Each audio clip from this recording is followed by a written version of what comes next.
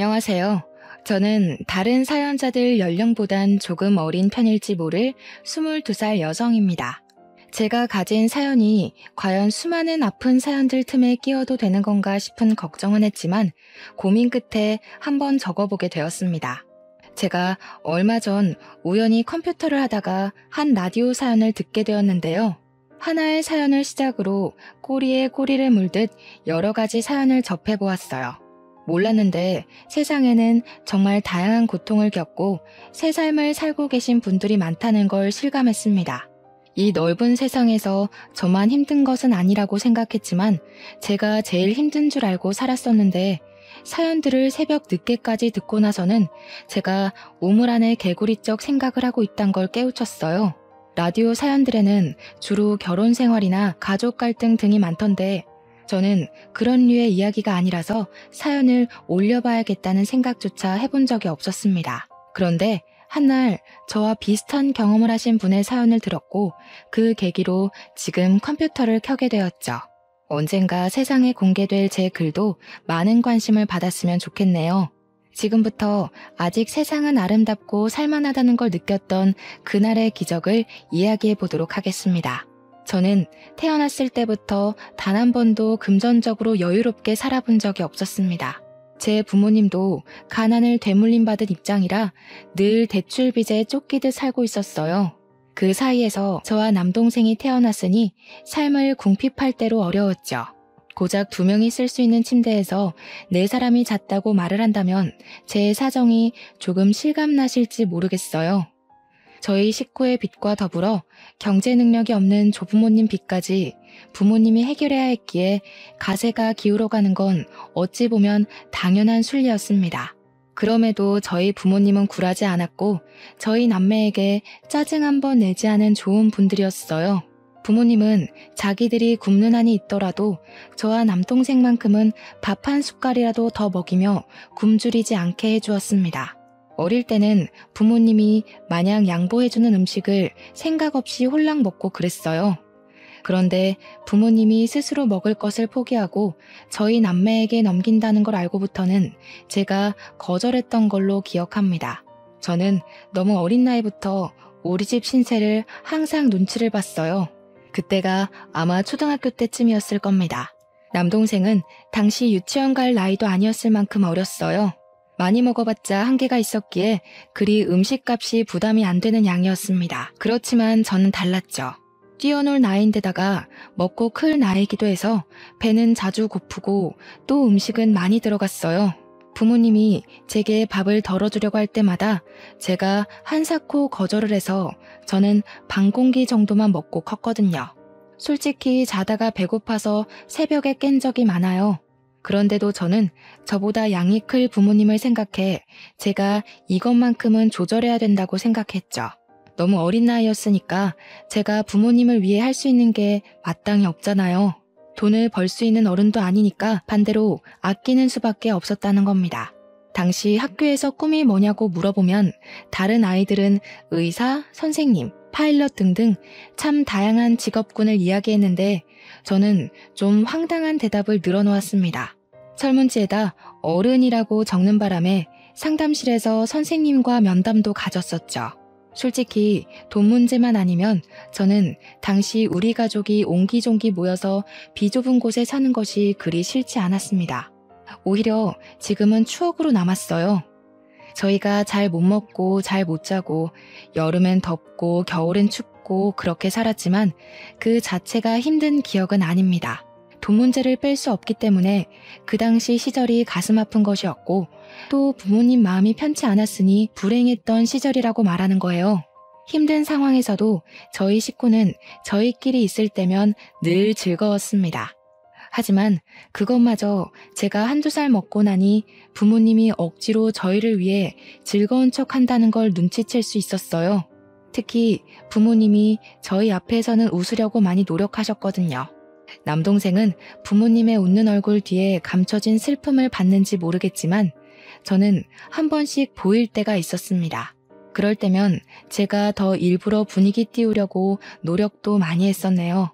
힘들다고 하더라도 나름 저희만의 방식대로 버텨오고 있었는데 이것 하나만큼은 도무지 제 에너지로는 견딜 수 없는 일이 하나 생겨버렸습니다. 단연코 제 인생에서 가장 큰 고비가 아니었나 싶습니다. 그게 바로 엄마가 건강 악화로 세상을 뜨게 되었을 적이었어요. 엄마가 어디 불편한 건 알고 있었는데 부모님이 숨기다 보니까 솔직히 그것까진 알아채지 못했습니다. 엄마가 암인 걸 몰랐어요. 당시 제가 고등학교를 막 입학했을 때였는데 그때 당시 제 인식의 암이라 함은 생존율이 터무니없이 낮은 병이라고만 알고 있었어요. 암, 그 한 글자가 너무 무서운 단어였다는 겁니다. 그런데 저희 엄마가 암에 걸렸다는 거예요. 제가 알게 된 건 학교 중간에 선생님이 불러서 집에 가보라는 덕에 알게 되었습니다. 병원에선 엄마더러 항암이 소용없는 상태라고 했어요. 부모님은 이미 예감했다는 듯 별 반응이 없었고 저만 그 엄마 아빠를 붙잡고 뭐든 다 해봐야 되는 거 아니냐고 소리쳤습니다. 하지만 소용없다는 의사의 말이 맞다는 걸 증명이라도 하듯 엄마의 증세는 굉장히 빠르게 진행되었어요. 하루하루 컨디션이 하락하다가 병원에 입원한 지 일주일 만에 세상을 떴습니다. 저희는 아무것도 해보지 못하고 그렇게 죽어가는 엄마를 지켜보기만 하다가 보내줘야 했어요. 마지막 인사를 나누기엔 정말 짧은 시간이었습니다. 엄마와 함께 온 세월이 무려 18년이었는데 헤어지는 건 일주일도 안 되었어요. 받아들이기 어려웠습니다. 엄마 발인식에서 제가 엄마를 잡고 놓아주지 않는 덕에 시간이 좀 지체되었던 걸로 기억합니다. 엄마의 죽음으로 인해 무너진 사람은 저뿐만이 아니었습니다. 항상 굳건하던 아빠가 그날로 완전히 무너져 버렸어요. 엄마 장례식이 끝난 뒤 혼자 방구석에서 엄마 영정사진을 들고 눈물 흘리던 아빠를 보았습니다. 제게는 항상 눕기만 했던 아빠의 존재가 그날따라 한없이 작고 여려 보였어요. 슈퍼맨 같기만 하던 아빠도 저와 똑같은 사람이라는 게 느껴지자 우리 부모님은 굳세였던 것이 아니라 이악 물고 참았고 버텼던 것이구나 라는 걸 깨달았습니다. 저는 한 단계 더 철이 들어버렸고 가족에게 배려하는 걸 넘어서 가족의 위치를 나누지 않는 사람이 되었어요. 부모님도 저와 같이 힘들 때 쉬고 싶고 슬플 때 울고 싶고 배고플 때 먹고 싶은 존재라는 걸 잊지 않고 기억했습니다. 저희 가정에선 두 기둥 중 하나의 기둥이 무너졌지만 세상은 저희가 마음을 추스를 때까지 기다려주지 않더라고요. 너무 힘들어도 아직 저희 남매에겐 남은 교육의 의무가 있잖아요. 학교를 가야만 했습니다. 저보다 더 어린 나이에 엄마를 잃은 남동생도 걱정이지만 문제는 아빠였어요.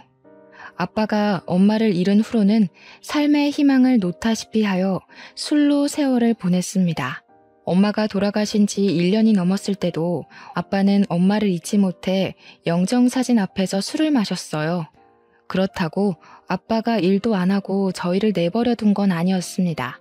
일용직이나 1급을 받을 수 있는 막노동을 하면서 퇴근길에 술을 사와 매일 밤 취해서 잠이 들었어요. 아빠 건강이 걱정돼서 한날은 술 그만 마시면 안 되겠냐고 조심스레 물어보았습니다. 아빠, 이러면 우리 불안해. 우리더러 아빠까지 없으면 어떻게 살라고. 아빠 힘든 거 알지만 우리 생각해서 술 조금만 줄이면 안 될까? 미안해 딸. 우리 장녀 아빠가 좀 못났지? 엄마가 너무 보고 싶어서 술 없이 멀쩡한 정신으로 버티기가 힘드네. 아빠가 빨리 정신 차려야 되는데 미안해. 아빠 말로는 우리를 위해서라도 정신을 바로잡아야 하는데 마냥 두 다리 뻗고 자는 건 아직 안 되겠대요. 그나마 술을 마시면 기절하듯 쓰러질 수 있어서 먹는 거라고 했습니다. 그날 이후로 저는 더 이상 아빠에게 금주하라고 말 못했어요. 아빠의 고통이 제가 가늠 못할 정도라는 게 느껴져서 못 말리겠더라고요. 그렇게 아빠는 종종 술이 취하면 한참 신세를 한탄하다가 잠이 들곤 했습니다. 저는 아빠에게 술 그만 먹으라는 대신 술동무가 되어주었어요. 같이 마셨다는 게 아니라 사이다를 가져와 아빠랑 이런저런 얘기를 하면서 회포 풀듯 놀았습니다. 아빠를 위로해주고 싶었어요. 저도 엄마가 너무 보고 싶은데 아빠는 저희 중에 엄마랑 가장 오래 함께한 사람이잖아요. 그래서 아빠가 하는 한탄을 들어주며 최대한 아빠 말에 동감하다가 엄마랑 연애 때 추억도 들려주라고 조르고 그랬어요. 저는 그저 아빠를 위로하고자 매일 학교 시간마다 사이다를 사들고 갔던 건데 놀랍게도 아빠가 위로를 제대로 받았나 봐요. 저희에게 술을 끊겠다고 선언을 하더라고요. 저희 남매 앞에선 다시 굳건했던 아빠의 모습으로 약속을 하더니 나중에 제게 따로 찾아와서는 손을 잡아주었습니다. 엄마가 딸 하나 잘 키워놨네. 철부지 아빠 신경 쓴다고 고생 많았다 우리 딸. 아빠가 우리 장녀한테 위로 많이 받았어. 어디서 이런 귀한 자식을 내 딸로 주셨을까? 고맙다. 아빠 이제 정신 똑바로 차리고 너희들만 보고 살게. 신기하게도 아빠가 다시 제 눈에 슈퍼맨으로 보이기 시작하자 저는 그동안 참아왔던 눈물이 터졌습니다. 의지할 사람이 생기니 자동적으로 마음을 놓게 되었던 것 같아요. 나름 장녀라고 듬직한 척했으나 사실 저도 한낱 고등학생이자 미성년자였단 말이죠. 아빠까지 잘못되면 저랑 동생이 홀로 남는데 얼마나 무섭고 불안했다고요. 아직은 제가 부모 보호 아래 있어야 할 존재라는 것이 이렇게 아빠 품에서 울면서 증명이 된 셈이었네요. 저희 식구는 예전 엄마가 있을 때처럼 없지만 밝았던 분위기로 다시 되돌아가고 있었습니다. 아빠도 일주일 내내 마시던 술을 주에 3회 정도로 줄였고 남동생은 공부를 잘해서 얼마 전 반에서 3등까지 했어요. 저는 집에 남자만 둘이다 보니까 엄마의 자리를 대신 흉내내고자 노력했습니다. 냉장고에 든 것은 없지만 엄마가 살아계실 때 아빠가 용돈을 준 적이 있었는데요. 그걸 한 번도 쓰지 않고 모아뒀었어요. 사실 그걸로 엄마가 위급해졌을 때 살리면 안 되겠냐고 했더니 제 마음은 갸륵하지만 제가 돈으로는 엄마를 살릴 수가 없다고 하더라고요. 아마 그 돈이 100만 원 남짓 했을 겁니다. 저는 엄마에게 보탬이 되지 못했던 그 돈으로 정말 소량의 재료만 사서 반찬과 밥을 만들어냈습니다. 계란이 좀 비싼 재료에 속했지만 그것만큼은 매번 꼭 샀어요. 한 사람 앞에 계란 1개씩이면 생각보다 맛있게 식사를 즐길 수 있거든요. 저희가 주로 나물 반찬으로 비빔밥을 먹었으니까 계란은 비빔밥의 질을 높여주기에 탁월한 재료잖아요. 저희에겐 그것이 웬만한 전주 비빔밥 못지않게 맛있는 식사였습니다. 제가 20살이 되던 해 한시라도 빨리 어른이 되고 싶었던 저는 당연히 대학에는 관심 없었고 바로 돈벌이할 할 직장을 알아봤습니다. 20살까지 기다리는 게 솔직히 너무 힘들었어요. 어른까지 가는 길을 매일 달력에 체크하며 살아서 그런지 엄청 멀게 느껴지더라고요. 19살을 마지막으로 앞다퉜을 때는 눈 뜨면 다가올 다음날 때문에 설레서 잠도 못 잤습니다. 돈 벌 생각이 저희 없던 기운까지 모두 솟아나게 했거든요. 참, 그날 밤 억지로 잠을 자려고 하던 시간에 잠깐 화장실 간다고 나갔던 아빠의 목소리가 살짝 들리더라고요. 일어나서 창문을 살짝 열어봤는데 아빠가 동그란 달을 올려다보고 있었습니다. 양손을 꼭 모은 채로요. 순양아, 우리 자랑스런 장녀가 이제 20살이야. 우리가 애들만큼은 부족함 없이 키우자고 그렇게 약속했는데 내가 능력이 이 정도밖에 안 돼서 우리 첫째한테 대학을 하나 못 보내줘. 참 찌질한 아빠 같지 않아? 우리 애들 마땅히 사랑받고 자라야 하는데 하필 내 자식들로 오는 바람에 고생만 하고 있으니 내가 참 부끄럽다. 아빠는 엄마에게 기도를 하고 있었습니다. 매일 제 이름을 따서 봄이 엄마라고만 부르던 아빠가 엄마 이름을 부르는 건 처음 봤어요. 문득 아빠가 엄마를 쫓아다녀서 연애하게 되었다던 말이 떠올랐습니다. 그 순간 엄마 이름을 부르는 아빠 목소리가 한 가정의 아빠라기보단 한 여자의 남자 같은 분위기였거든요. 제가 이미 대학은 관심 없다고 말해줬기 때문에 아빠가 제 대학에 아직도 신경을 쓰고 있는 줄 몰랐는데 그날 보고서는 좀 놀랐습니다. 그래서 더 열심히 살아야겠다고 생각했어요. 제가 대학을 가지 않았어도 만족스러운 삶을 살고 있다는 걸로 증명해 보이고 싶었습니다. 제가 일을 하기 시작하니 아빠 혼자 생활비를 담당할 때보단 제법 살림이 괜찮아졌습니다. 그럼에도 저는 밤낮으로 아르바이트를 했는데 틈틈이 구직공고 홈페이지를 방문해서 길게 자리 잡을 만한 곳을 알아봤어요. 마침 계약직으로 호텔 안내데스크에 사람을 뽑는다길래 지원을 했더니 바로 뽑혔지 뭡니까. 당연히 대학을 나온 친구들이 뽑힐 확률이 높았는데 제가 그 계약직에 뽑힐 수 있었던 건 다름 아닌 외국어 실력 때문이었습니다. 중학교 때 선생님이 제가 영어에서만 유독 성적이 잘 나오는 걸 보고 영어 공부 열심히 하면 나중에 취직해서도 돈을 더 많이 받을 수 있다고 말해주시더라고요. 선생님의 말에 저는 영어만, 그것도 회화만 주구장창 공부했습니다. 그래도 재능이 조금 있던 덕분이었는지 외국어 회화 자격증이 쌓여갔고 그게 또 재밌어서 고등학교 때 중국어 수업까지 열심히 들어 딱 2개의 자격증을 만들었어요.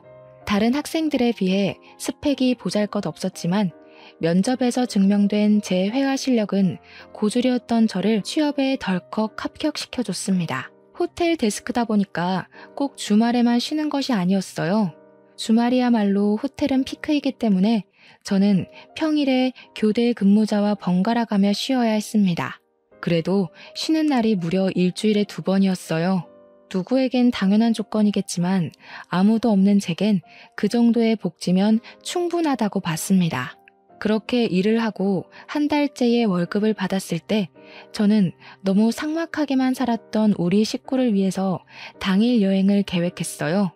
아빠는 여전히 일용직을 돌아다니고 있었기에 언제든지 쉴 수 있었고 마침 남동생도 방학이라서 시간 맞추기는 쉬웠죠. 가족끼리 식사를 할 때 제가 슬쩍 얘기를 했더니 아빠가 우리 형편에 무슨 여행이냐고 신경 안 써줘도 된다고 하더라고요. 계속 힘내서 일하려면 나도 동기가 필요해. 나한텐 그 동기가 우리 가족이야. 가족이 즐거운 걸 보면 일할 힘이 난단 말이야. 한 번도 놀러 가본 적 없잖아. 엄마 있을 때 못 가본 게 좀 아쉽지만 더 후회하기 싫어서 그래. 네가 무슨 돈이 있다고. 이제 20살 됐으면 사고 싶은 것도 많고 친구들이랑 놀고 싶기도 할 텐데 그걸 왜 우리한테 쓰려고 그래. 너 지금까지만 해도 충분히 우리 가족 위해서 마음 썼어. 그러니까 괜찮아. 내 돈이니까 내가 쓰고 싶은데 쓸래. 나는 가족여행 가고 싶어. 아빠 말대로 내 돈 내가 알아서 하려는 거니까 협조해 줄 거지? 영 마음 쓰이면 이렇게 생각해. 내가 즐겁자고 가는 여행이라는 거.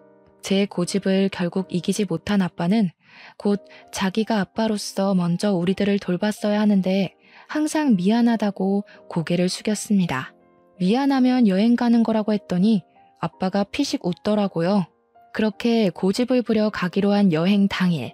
저와 남동생은 난생 처음으로 들뜨는 기분을 느꼈습니다. 특히 남동생이 가장 많이 신이 났는데요.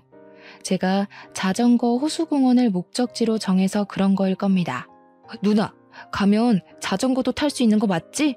혹시 보호대도 같이 빌려주려나? 없으면 나 친구 집에 자전거 있는데 친구가 보호대 안 쓴대. 그거 가져올까? 보호대도 안전모도 다 있대. 자전거 공원이라서 입장권만 내면 자전거 종류별로 원 없이 탈 수 있어. 거기 호수 끼고 한 바퀴 돌면 공룡 솜사탕도 판대. 남동생은 제 말에 신이 나서 빨리 가자고 새벽 대바람부터 재촉을 했습니다. 평소에는 가장 늦게 일어나는 녀석이 그날따라 제일 먼저 일어나서 저와 아빠를 깨웠어요. 원래는 저희 집에 자전거가 없어서 남동생이 자전거를 볼 일이 없었거든요. 그런데 친구들 자전거로 연습을 했는지 어느 순간부터 자전거 타령을 하더라고요. 그걸 기억하고 있어서 저는 놀러갈 장소로 자전거 공원을 찾았던 겁니다. 저희는 그렇게 택시를 타고서 호수 입구까지 갔어요. 그곳에서 1.6km 정도는 더 가야 호수가 있는데 여기서부턴 도로가 없고 자전거를 타고 가야 된다고 해서 내렸습니다. 남동생은 여전히 들떠서 가장 빠릿빠릿 움직였어요. 저 빼고 아빠랑 남동생은 자전거를 탈 수 있었기 때문에 저는 아빠 뒤에 올라탔습니다. 그리고 저희 셋은 그대로 호수가 있다는 곳으로 달렸죠. 평일이라서 사람이 그렇게 많지 않아 더 좋았습니다. 그렇게 도착한 호수공원. 그곳에서 저는 평생 잊지 못할 경험을 하게 되었어요. 지금 생각해도 간 떨어지는 일이었네요. 만약 그날 제가 그곳 가지 않았다면 누군가는 가족을 잃은 아픔 때문에 무너지고 말았겠죠. 저희가 엄마를 잃고 한동안 정신을 차리지 못했던 것처럼요. 저는 호수 구경을 위해서 사진 찍고 놀았고 아빠랑 남동생은 자전거로 달리기 시합을 하면서 놀고 있던 때였습니다. 호수를 보고 있는 관광객 중엔 저랑 어떤 노란색 외투를 걸치고 있는 할머니밖에 없었어요. 좀 전까지도 몇몇 사람들이 있었는데 그새 다른 곳으로 가버렸나 보더라고요. 그때까지만 해도 호수공원은 산새 지저귀는 소리가 울리며 평화로운 분위기를 내었습니다. 그러다 제가 찍었던 사진을 확인한다고 잠깐 몸을 돌린 사이 뒤에서 풍덩 하는 소리가 들린 겁니다. 누가 들어도 물에 빠지는 소리여서 다시 뒤를 돌아봤는데 좀 전까지만 해도 분명 있었던 할머니가 사라져버린 게 아니겠습니까? 그리고 할머니가 있던 곳엔 호숫물이 일렁이고 있었습니다. 놀란 저는 들고 있던 휴대폰을 내팽겨치고 그쪽으로 달려갔어요. 허우적거리고 있는 할머니에게 손을 뻗어 잡아당겼습니다. 제가 가까이 있었고 빨리 발견했기 때문에 할머니를 붙잡을 수 있었어요. 조금만 늦었다면 할머니가 손에서 멀어졌거나 가라앉고 말았을 겁니다. 그 몇 초의 간격 때문에 생사가 오갈 뻔했다는 사실은 여전히 제 심장을 빨리 뛰게 합니다. 할머니는 제가 건져 올리느라 씨름하는 사이 정신을 잃으셨어요. 사람이 물에 젖으면 그렇게나 무거워지는지 몰랐습니다. 상상외로 무게가 엄청나더라고요. 아마 젖은 데다가 기절까지 했기 때문에 그 하중이 말도 못하게 강했습니다. 그래서 저 혼자 할머니를 건진다는 건 정말 힘든 일이었다는 거죠. 아빠랑 남동생은 그새 멀리 갔는지 보이지도 않았습니다. 저는 정말 이악 물고 할머니를 끌어올렸어요. 노력했지만 좀 오래 걸렸습니다. 할머니, 정신 차려보세요. 어떡해. 저기요, 여기 사람이 다쳤어요. 할머니, 일어나 보세요. 제발 정신 차리세요. 할머니는 그새 물을 많이 먹었는지 깨어날 기미가 안 보였습니다. 제가 너무 오래 시간을 끄는 바람에 저 때문에 잘못된 것 같아 무섭기까지 했어요. 그렇다고 가만히 있지 않았습니다. 학교 보건 시간에 배웠던 CPR을 실시하면서 인공호흡으로 할머니가 깰 때까지 반복했어요. 끝내 눈을 뜬 할머니는 물을 토하면서 금세 바들바들 떨기 시작했습니다.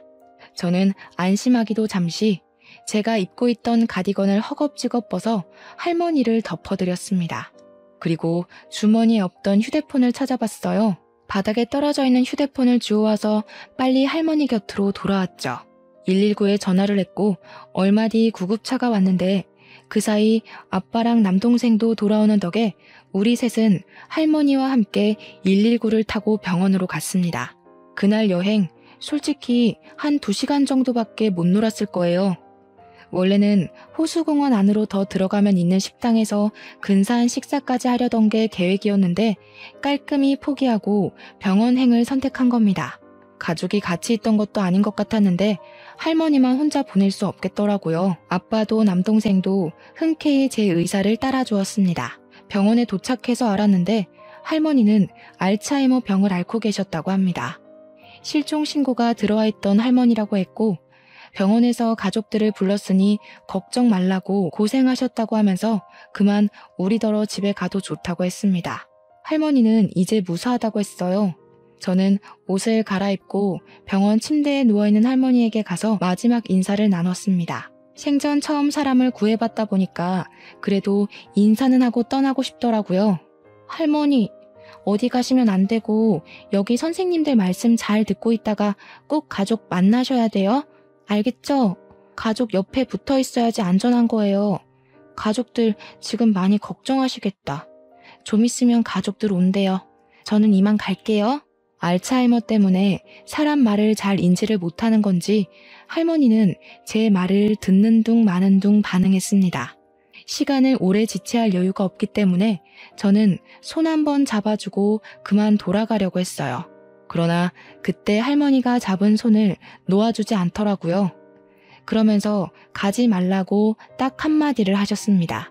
아직 가족이 온 게 아니니까 할머니 식구들 올 때까지만 옆에 있어드리자. 할머니께서 너한테 많이 고마우신가 보다. 식구들한테 인사시켜주고 싶나 봐. 그렇잖아도 할머니가 또 사라질까봐 걱정되었던 저는 시원하게 제시해준 아빠의 제안에 마음 놓고 응했습니다. 이건 좀 뒤늦게 알게 된 사실인데 제가 할머니를 건지는 사이 저도 꽤 젖었더라고요. 그나마 병원이 따뜻했기 때문에 옷이 마른 후에 나가서 다행이었지 당시 계절이 초겨울이었던지라 그대로 밖에 나갔다면 빼도 박도 못하고 감기에 걸렸을 겁니다. 뒤늦게 생각난 가디건은 이미 못 쓸 정도로 망가져 있었어요.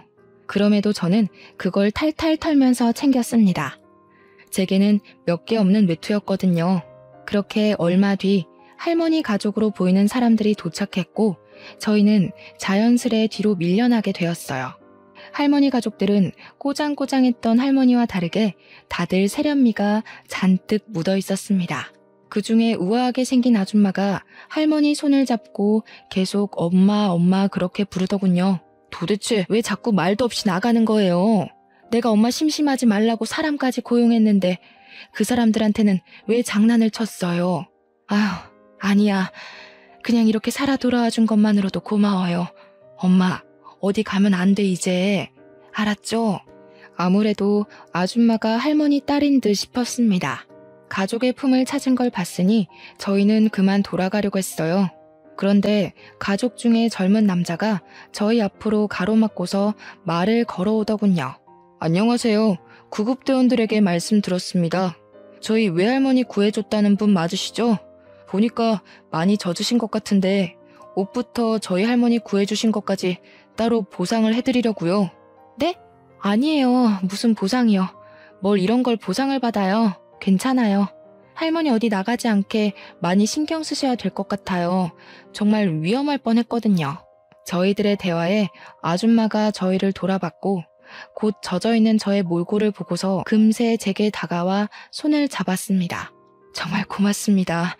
우리 엄마가 어쩌다 그곳까지 갔는지 모르겠는데 엄마 실종되고 경찰도 못 찾고 있었거든요. 한 달이 지나도 소식이 없어서 집안 전체가 무너지고 있었어요. 그런데 아가씨가 우리 집안을 살린 거예요. 아줌마가 엄마를 잃어 집안 전체가 절망에 빠졌었다는 얘기를 들은 저는 과거에 저희 식구 모습이 떠올랐습니다. 저희 엄마도 선뜻 도와주는 누군가가 있었다면 혹시 괜찮지 않았을까 싶어서 문득 보고 싶더라고요. 그리고 그 아줌마는 남자가 했던 제안을 저희 가족에게 똑같이 제시하였는데요. 어떤 보상이라도 해주고 싶다고 제발 거절하지 말아달라고 하는 거 아니겠습니까? 이러지 마세요. 저 돈 받으려고 할머니를 구한 게 아니에요. 이러면 제가 다른 뜻 가지고 접근한 사람 같잖아요. 그런 의도 아니었다는 거 아니까 저희가 보상하겠다는 겁니다. 우리 엄마 목숨에 저희 식구뿐만 아니라 저희가 운영하는 사업장 식구들의 목숨도 달려 있었어요. 저 이렇게 아가씨 못 보냅니다. 그 집 식구 전체가 저희 가족을 붙잡고 놔주질 않아서 얼마나 난감했는지 모릅니다. 그냥 하는 소리면 이미 저희를 보내고도 남았겠죠. 이 사람들은 저희에게 꼭 연락을 달라고 안 하면 찾아가겠다고 하면서까지 진심을 보였어요. 그러면서 귀가하는 것도 친히 데려다 주는 거 있죠? 차에서 내려서 감사 인사를 했더니 보조석에 앉아있던 아줌마가 따라 내려서는 한 번 더 제 손을 꼭 잡더라고요. 꼭 연락해요. 이거 그냥 하는 소리 아니에요. 알겠죠? 내가 부담스러운 거면 아가씨가 구한 할머니가 주는 거라고 생각해요. 부탁할게요. 할 수 없이 저는 아줌마의 제안에 수긍을 했습니다. 안 그러면 안 보내줄 것 같았거든요. 그렇게 다시 일상으로 돌아갔고 저는 안내 데스크로서 할 일을 열심히 했어요. 제가 있는 안내 데스크는 예약을 담당하는 곳이 아니라 주차 관리나 호텔에 관한 층수별 위치, 내부 지리를 묻는 곳이었습니다. 바쁘진 않았고 어떻게 보면 인사하는 로봇 정도의 느낌이었네요. 여느 때와 같이 그날도 각도 신경 쓰며 고객들께 인사를 하고 있었습니다. 그런데 그곳에서 지난날 제가 구해줬던 할머니 딸인 아줌마를 보았어요. 예기치 못한 만남이라 놀라서 쳐다만 보고 있었는데 그 바람에 아줌마가 저한테 오는 것도 있고 인사를 깜빡했지 뭡니까. 뒤늦게 급히 고개 숙여 인사를 했더니 아줌마가 제법 서운한 표정으로 제게 말했습니다. 왜 연락 안 했어요? 제가 아가씨 연락만 하루 종일 기다렸는데. 뒷조사한 건 미안하지만 저한텐 아가씨가 그만큼 중요한 사람이라고요. 부담스럽다는 거 알아요. 하지만 지금은 저희 엄마가 아가씨를 찾아서 이렇게 결례를 무릅쓰고 뒷조사를 해버렸어요. 웬 중년 남자를 달고 찾아온 아줌마는 제게 장황한 설명을 늘어놓으면서 서운함을 비췄습니다. 할머니가 저를 찾는다는 건 솔직히 좀 놀라운 소식이었어요. 저를 잠깐 봤을 텐데 알츠하이머임에도 당시의 일이 충격이었던지라 저를 기억하고 계신가 봐요. 할머니를 만나고 싶은 건 솔깃한 말씀이었지만 여전히 다른 건 부담스러워서 저는 또다시 거절 의사를 내비쳤습니다. 죄송해요. 저희 정말 괜찮아요. 할머니께서 몸 건강히 잘 계신다니 다행이에요. 직접 찾아뵙는 건 조금 어려울 것 같아요. 할머니께도 죄송하다고 전해주세요. 참 야무지고 욕심 없는 선량함이네요. 제 주위에는 욕망이 드글거리는 사람들밖에 없는데 드라마에서나 나올 법한 사람이 실제로도 있다는 게 놀라워요. 그래서 아가씨를 더 알아가고 싶어요. 아줌마한테 제가 굉장히 좋은 이미지인가 봅니다. 저희가 당시만 해도 얼굴 본 지 겨우 2번밖에 안 되는 사이였거든요. 그런데 저에 대해 얼마나 알고 계신다고 좋은 사람이라 보는지 모르겠더군요. 반감이 들었다기보다는 뭐든지 그냥 제가 보상받도록 설득하기 위한 게임 같았어요.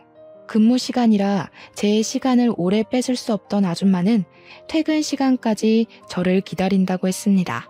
저와 같이 갈 데가 있다고 하더라고요. 어쩔 수 없이 퇴근하고 아줌마를 따르게 된 저는 아줌마 자차를 타고 목적지 모르는 곳으로 이동을 했습니다. 처음 보는 곳으로 도착하더니 내리라고 하길래 머릿속은 의문투성이었지만 일단은 내렸어요.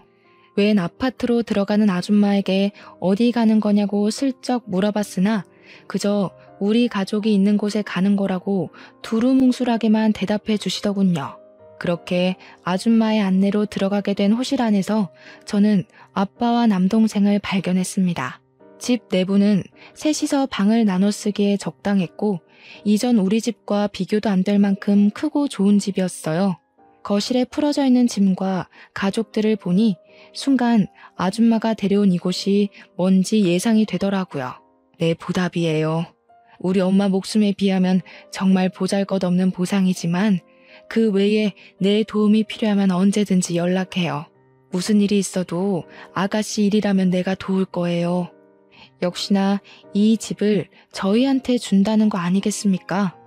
남동생은 이미 신이 나 있었고 아빠도 겸연쩍어 했으나 좋아하는 티가 상당히 났습니다. 아줌마가 이렇게까지 하는 이유는 그저 제가 자신 엄마를 구해준 것만이 아니었어요.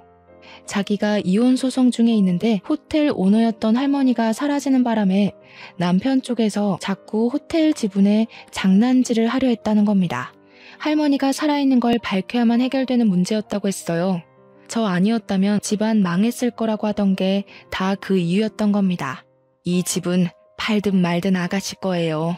우리 엄마 목숨 살리고 집안의 목숨까지 살렸으니 이렇게 담례를 하는 건 사회생활에서 당연하다고 생각해요.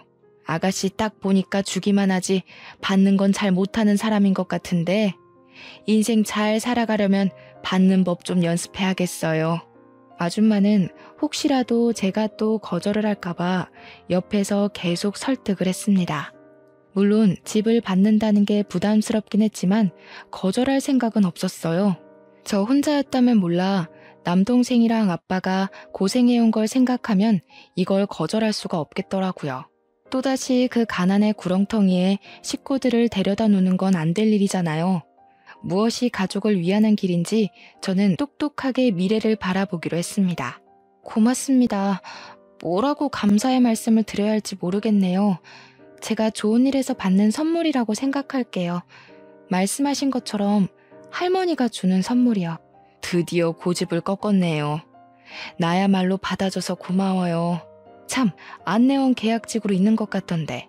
아가씨 이력서 보니까 외국어 실력이 좋더라고요. 내일부터 인포에 들어가 볼래요? 네?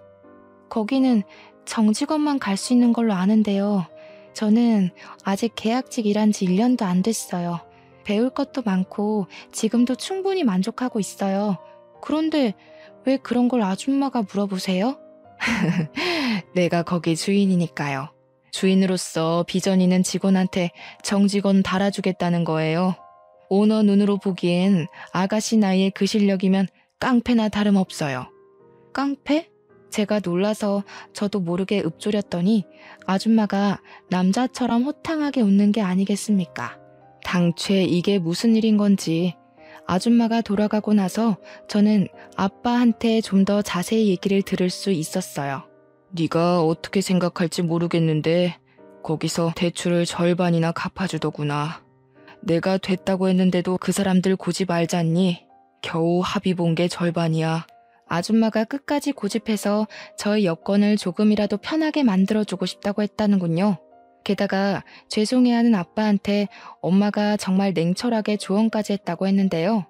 자녀들이 얼마든지 새 출발할 수 있는 나이인데 가난에 가로막혀 아무것도 펼쳐보지 못하는 삶이야말로 아빠 된 입장에서 속상하지 않겠냐고 그랬다는 거 아니겠어요. 지금 생각해도 당시 아줌마 언변은 정말 청산유수였습니다. 괜히 사업장 오너가 아니었어요. 그래서 아빠는 결국 절반으로 합의를 봤다고 합니다. 빚이 절반만 날아가도 저희 입장에선 엄청 숨통이 트이는 거였어요. 게다가 제가 정직원이 되었으니 보너스며 복지 혜택이며 월급 인상까지 모조리 받을 수 있게 된 겁니다. 속물처럼 얘기해보자면 완전 돈벼락 맞은 게 아닙니까? 물에 빠진 할머니를 구조했을 뿐인데 이렇게 어마어마한 선물을 받게 될 줄은 꿈에도 몰랐어요. 하늘에 계신 엄마도 저희와 함께 이 행복을 누렸다면 참 좋았을 것을. 마음 한켠의 씁쓸함은 어쩔 수 없었습니다. 엄마를 생각해서라도 지금 얻은 것을 절대 자만하지 말고 늘 하던 것처럼 최선을 다해 살아야겠다고 생각해요. 청취자분들이 보기엔 어떠신가요? 이거 복권 1등 당첨보다 훨씬 좋은 기쁨 아닌가요? 아, 그리고 이건 근래에 있었던 일인데요. 아줌마 아들이 한번 저를 찾아왔었습니다. 할머니 얘기를 하면서 저더러 밥 한 끼 할 수 있냐고 묻더라고요. 그 기적 같은 일이 있었던 게 무려 3년 전인데 아직까지 제게 보상 얘기를 꺼내려는 건가 싶어 그러지 말라고 했거든요. 그런데 그게 아니라 그분이 저한테 관심을 표출하는 거였습니다. 자기 배경 때문에 주위에는 돈 보고 접근하는 여자들밖에 없어서 한동안 연애에 실증이 났다고 하소연을 했어요. 그러면서 3년 전 저를 만나고 제가 어떤 사람인지 알고 나서는 자기에게 접근하는 여자들이 더더욱 속물처럼 보였다고 하네요. 더 빨리 얘기하지 못하고 3년이나 시간을 끌었던 이유는 자기 나이가 33살이기 때문이었다고 합니다. 저와 무려 10살 차이가 났기 때문에 저한테 미안해서 감히 말할 엄두를 못 내고 있었대요. 하지만 이러다 제가 다른 남자에게 가버리면 너무 후회가 될 것 같아서 마음만 얘기하는 거라고 하더군요. 부담 갖지 말라고 하는데 저는 이미 부담이었습니다. 남자가 싫어서가 아니라 제 수준에 너무 과분한 사람이잖아요.